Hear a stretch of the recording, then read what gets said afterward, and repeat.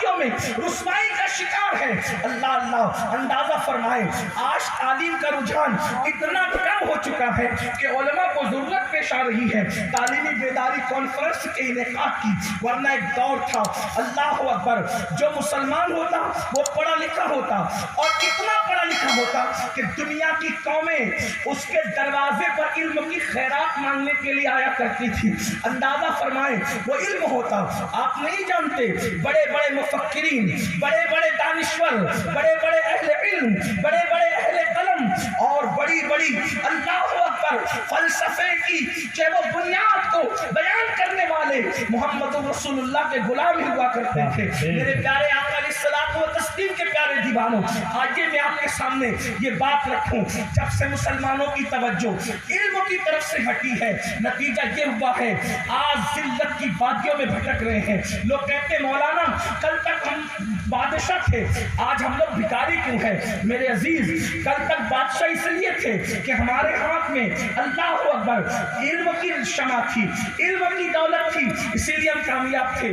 شاہ جہاں سے لے کر اورنگزیب تک، اورنگزیب سے لے کر دارا شکوہ تک، آپ دیکھیں یہ سب اپنے اپنے زمانے کے بڑے بڑے اہل علم ہیں، بلکہ وہاں آج تو مالدار اپنے بچوں کو پڑھانے کے لیے تیار نہیں ہے، اور غریب بھی اپنے بچوں کو پڑھانے کے لیے تیار نہیں ہے۔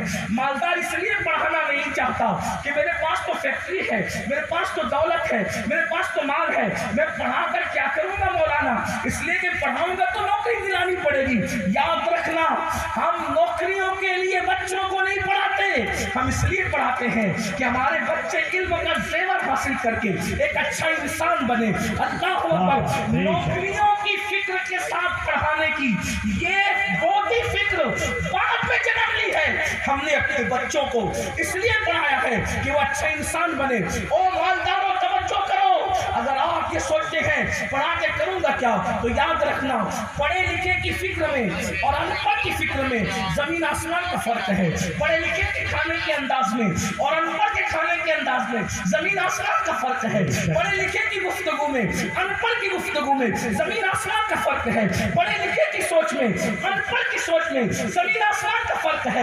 علم سوچنے کا انداز بدلتا ہے، علم چلنے کا انداز بدلتا ہے، علم بولنے کا انداز بدلتا ہے، علم طرز زندگی بدلتا ہے، علم طرز حیات بدلتا ہے، علم انسان کو انسان بناتا ہے۔ اللہ اکبر، اس لیے اگر آپ چاہتے ہو کہ ہمارے پاس تو فیکٹری موجود ہے، لیکن پڑھا لکھا بندہ جس انداز سے فیکٹری کو چلا سکتا ہے ان پڑھ نہیں چلا سکتا۔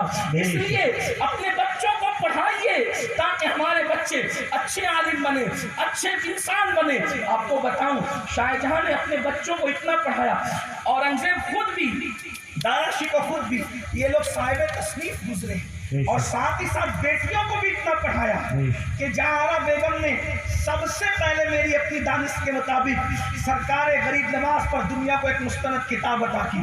اس کے بعد جتنے لوگوں نے غریب نواز پہ قلم اٹھایا، عالم ہو، مفکر ہو، کوئی ہو قلم کار، جہاں کے حوالے کے بغیر کوئی غریب نواز کی سیرت کو مکمل نہ کر سکا۔ رضیہ سلطانہ کا نام دنیا جانتی ہے، رضیہ سلطانہ کو آپ کس اعتبار سے جانتے مجھے نہیں پتا، لیکن رضیہ سلطانہ کی تاریخ یہ بھی ہے، اللہ اکبر، جب بہت سارے مرد علمی معاملے میں الجھ جاتے تھے تو رضیہ سلطانہ سے جو ہے اللہ اکبر رہنمائی لیتے نظر آتے تھے، اور وہ پردے کے پیچھے بیٹھ کر کے ام المومنین سیدہ طیبہ طاہرہ عائشہ صدیقہ رضی اللہ تعالیٰ عنہا کی سنت کو زندہ کرتی نظر آتی تھی۔ اس سے پتہ چلا کہ ہمارے یہاں بچیوں کی تعلیم کے لیے بھی بہت زیادہ جو ہے وہ اللہ اکبر تعلیم دی گئی، ابھارا گیا ہے۔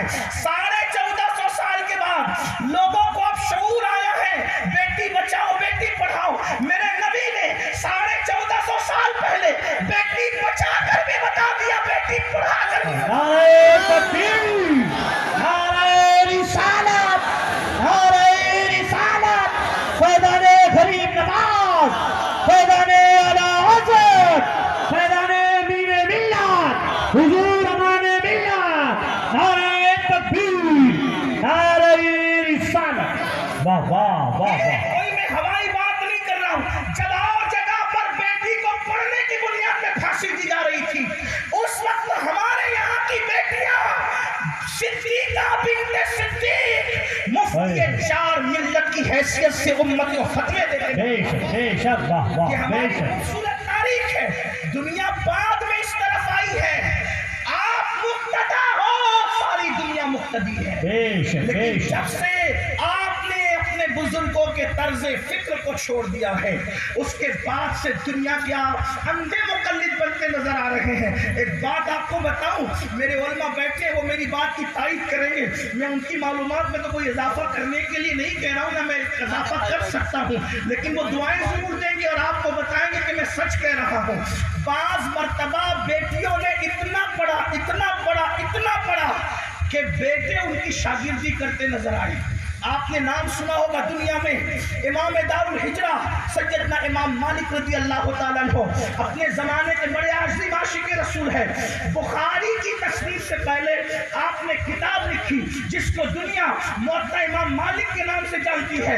امام مالک کی بیٹیاں بالغ ہونے سے پہلے پوری موطا کو حفظ کر چکی تھی، اپنے بابا کی کتاب کو حفظ کر چکی تھی. اور جب بڑے بڑے محدثین امام مالک کو حدیث سنانے کے لیے آتے تو پردے کے پیچھے بیٹھ کر کے حدیث سنتی. اور اللہ اکبر، جب کہیں وہ غلطی کرتے تو چونکہ ان کا نظریہ یہ تھا کہ عورت کی آواز بھی عورت ہے، تو وہ زمین پہ ہاتھ مارتی اور اپنے بابا کو آگاہ کرتی، بابا توجہ فرمائے، محدث سند کو غلط پڑھ رہے ہیں، اس کو درست کرتے. واہ واہ واہ واہ سبحان اللہ سبحان اللہ سبحان اللہ. بچیاں محدثین کے سامنے آواز نہیں نکالتی، کیوں؟ کیونکہ ان کے پاس علم تھا.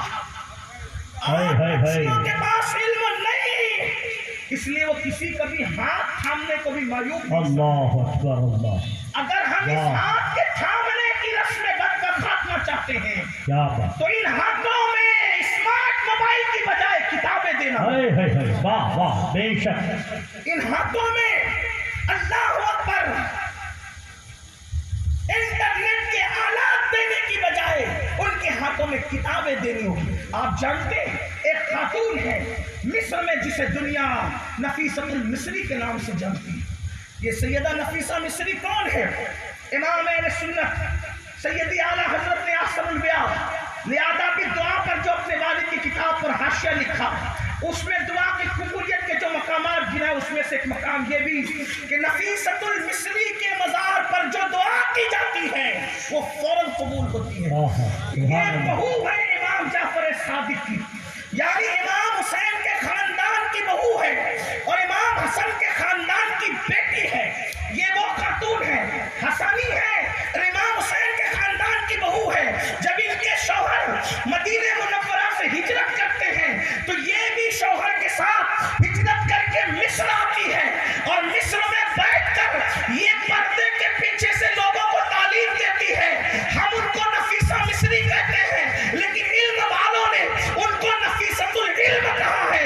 یہ اپنی سنہری تاریخ ہے مسلمانوں کہ جب وہ خاتون جسے نفیسہ مصری نفیسۃ العلم کہا گیا ہے، جب پردے کے پیچھے بیٹھ کر وہ لوگوں کو علم دین کی تعلیم دے رہی تھی تو اپنے زمانے کا مجتہد مطلق محمد ابن ادریس شافعی، جن کو دنیا امام شافعی کہتے ہیں، وہ شافعی بھی پردے کے پیچھے سے نفیسہ سے علم حاصل کرتے ہیں. نعرہ تکبیر، نعرہ رسالت. واہ واہ واہ واہ سبحان اللہ.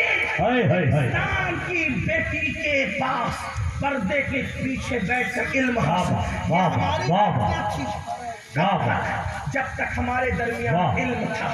آج بیٹیاں بھی کہاں پڑھ رہی ہیں، حالانکہ جتنا پڑھ رہی وہ تو بیٹوں سے زیادہ پڑھ رہی، مبارکباد کے مستحق ہے، لیکن پھر بھی ہماری طبیعت سیر نہیں ہو رہی ہے اس لیے کہ اکثر نہیں پڑھ پا رہی ہے. وجہ اب اس کی کچھ وجوہات میں عرض کرتا ہوں.